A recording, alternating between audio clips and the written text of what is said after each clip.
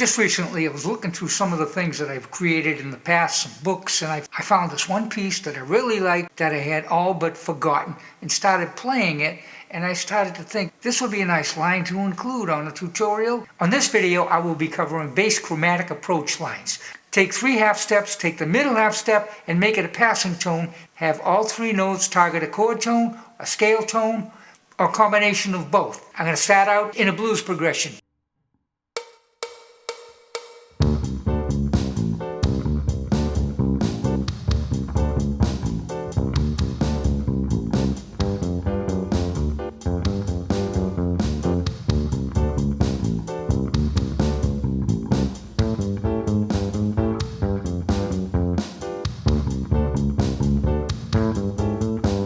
So let's talk about that line a little bit and let me help you understand the theory and how to use it. We're taking this from a D minor pentatonic scale. And you may know it from that position, but I'm not going to play all the notes in the D minor scale. You'll notice on this line we're using 7th chords. 7th chords have a major third. I'm referencing these shapes from a minor 7th chord. So what I do is I simply omit the major third and I only use 3 shapes. All of those shapes will work with either a major third or a minor third, and that would be flat 7 to 1, 4 to 5, and flat 7 to 1, again up an octave. Since it is a blues progression, when I go to the 4 and the 5, I use the same type of chromatic approach that I would use for just a 1 chord on a minor. The line is basically the root, the flat 7, and the 5th. And then we're putting a passing tone on the note between the flat 7 and the root. And we're playing down to the 5th as well. So the line played very slowly would be this.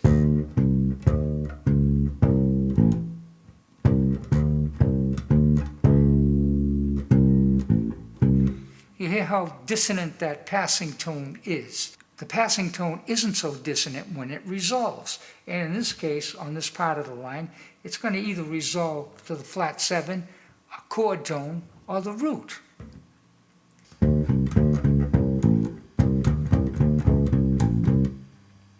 So we have that on the 1. And then we go up to the 4, of course. Back to the 1. Now we're going up to the 5, and I changed the line, just a small variation. I changed it to that. But still, we're only using 2 notes, and we're using a passing tone in between them, which is on the weak beat. 1 and 2 and. So I play the passing tone twice on this, but both times it's on a weak beat. And I'm going to do the same thing on the 4. Then we go back to the line the way we played it from the root. And up to the 5. I'm descending and ascending. 2 and 3.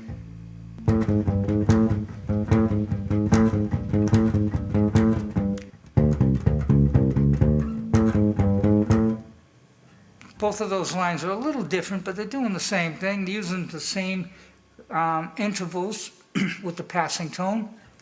And if you want to play around with that and experiment, just use those rules. You can use this on pretty much anything.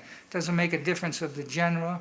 Well, I suppose it probably wouldn't work on something that's very straightforward like country music, but these days everything's changing so much you never know what to expect. That's all for this video. I hope you got something out of it. There's a lot more you can do with this if you can experiment, and I have a lot more I could say about this, but I haven't got time right now. I must move on to my next video. I will return. Let me know if you liked it and you want to hear more, and I'll put an extra effort in. So I might ask you to subscribe, hit the bell to be notified of all the new videos I produce, like, comment, and thank you again for visiting. Drop by again.